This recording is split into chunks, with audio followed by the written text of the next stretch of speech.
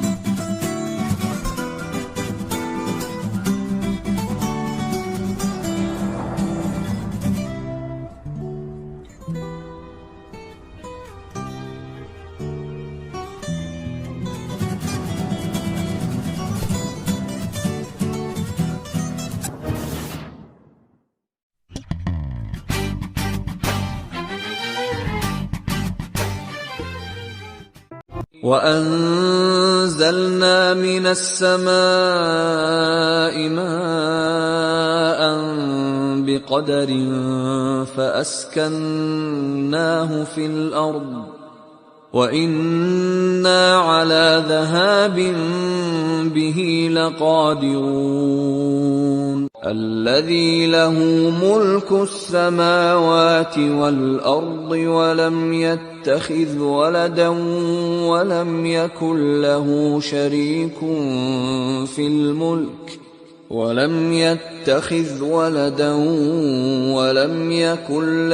شريك في الملك وخلق كل شيء فقدره تقديرا. Assalamualaikum warahmatullahi wabarakatuh. Alhamdulillah, kita diberi oleh Allah kesehatan dan perlindungan sehingga kita dapat melaksanakan aktivitas kita pada hari ini. Sebelum kita melanjutkan materi, kita kemarin sudah membahas yang namanya iman kepada hari akhir. Mungkin kalian masih ingat, rukun iman yang pertama itu apa? Pasti iman kepada Allah. Rukun iman yang kedua, iman kepada malaikat-malaikat Allah. Rukun iman yang ketiga, iman kepada kitab-kitab Allah. Rukun iman yang keempat, iman kepada Rasul Allah. Dan rukun iman yang kelima adalah iman kepada hari akhir. Nah, tiba kita pada pelajaran hari ini, setelah 1-5 rukun iman yang sudah kita bahas, kita hari ini akan beranjak kepada rukun iman yang terakhir. Apa itu? Iman kepada qada dan qadar. Makna iman sama, yaitu mempercayai dan meyakini dengan sepenuh hati. Lebih jauh kita akan membahas makna iman kepada qada dan qadar. Sebelum kita jauh ke sana, kalian pasti tahu apa itu qada dan apa itu qadar. Qada adalah segala ketetapan-ketetapan Allah yang diberikan kepada umatnya. Setiap manusia sudah menerima ketetapan-ketetapan Allah itu sejak zaman ajali. Kapan sejak zaman ajali itu? Sebelum dia lahir ke dunia, ketetapan-ketetapan Allah itu sudah ada dijanjikan kepada setiap individu manusia. Sedang qadar adalah ketetapan, keputusan. Qadar adalah keputusan-keputusan dari apa yang sudah Allah tetapkan, yang sudah disepakati sejak zaman ajali tersebut direalisasikan dalam kehidupan kita di dunia. Jadi itu iman kepada qada dan qadar. Jadi kita wajib yakin dan percaya bahwa Allah telah menetapkan qada dan qadar, atau dengan istilah lain sering disebut dengan takdir.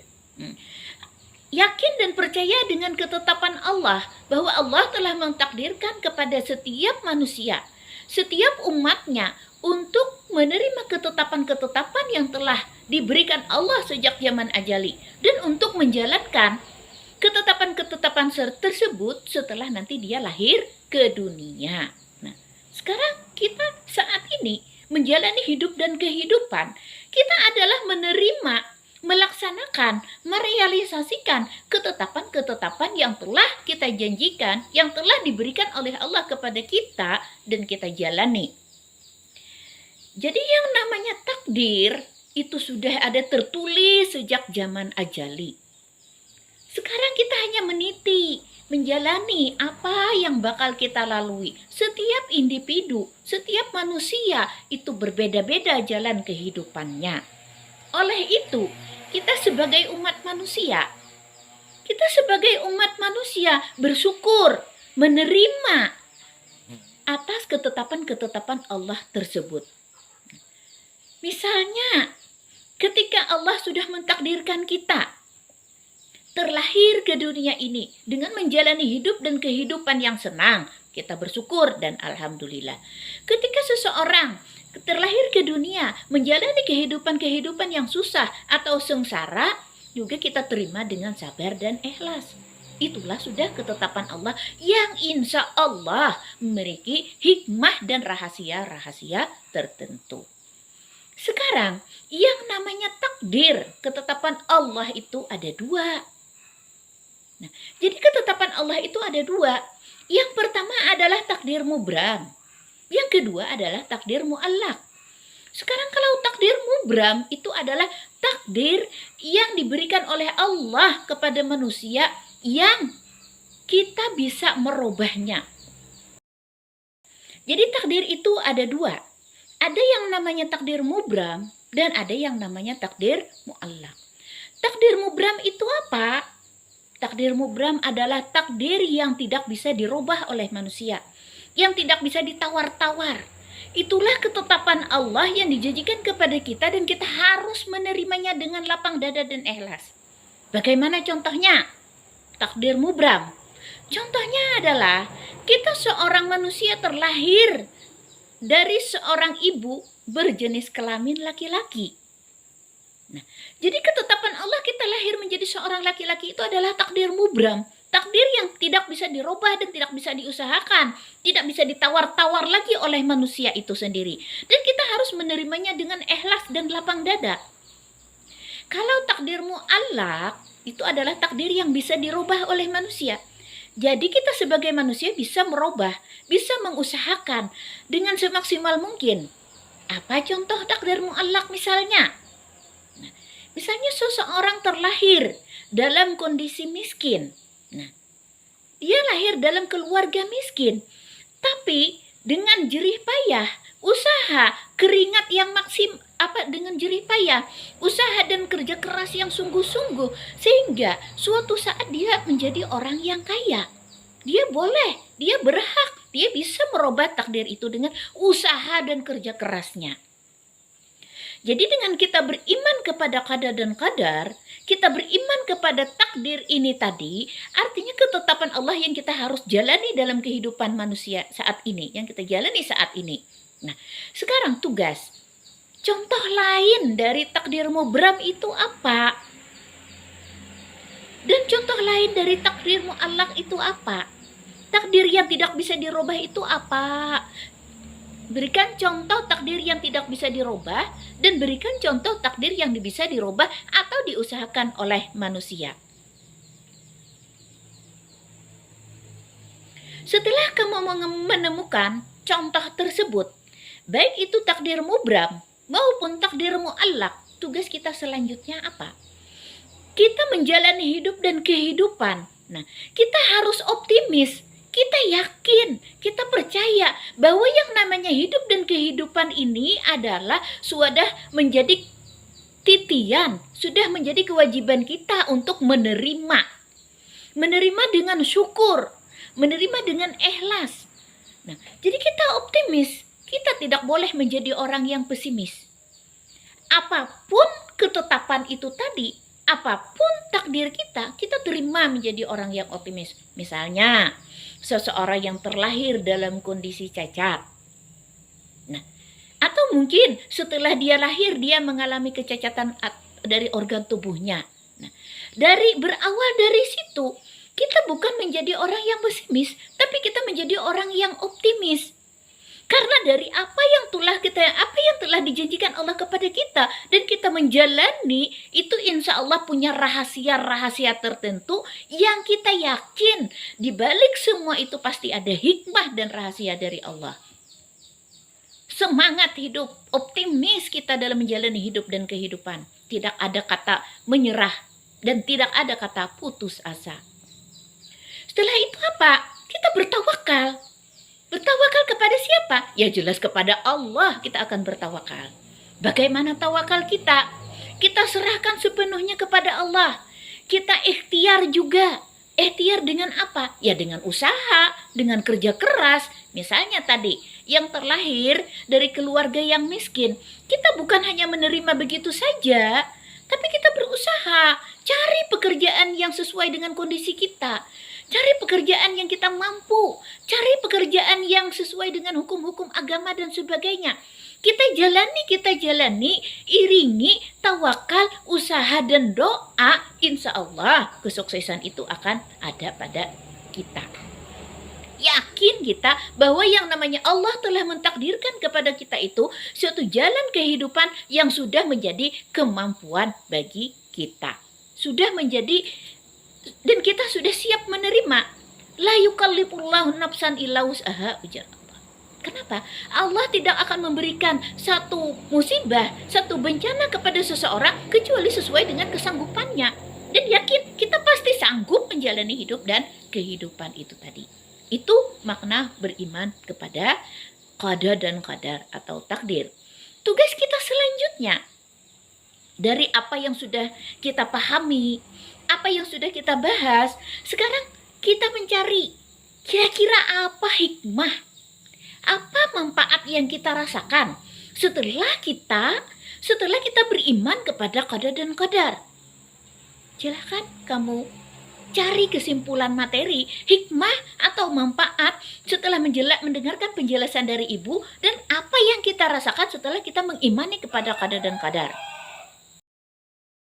Setelah kita menemukan hikmah atau manfaat tersebut dari beriman kepada qada dan qadar, tinggal kita menerapkan, merealisasikan bagaimana sikap kita sebagai umat manusia, insan yang menerima ketetapan Allah tersebut.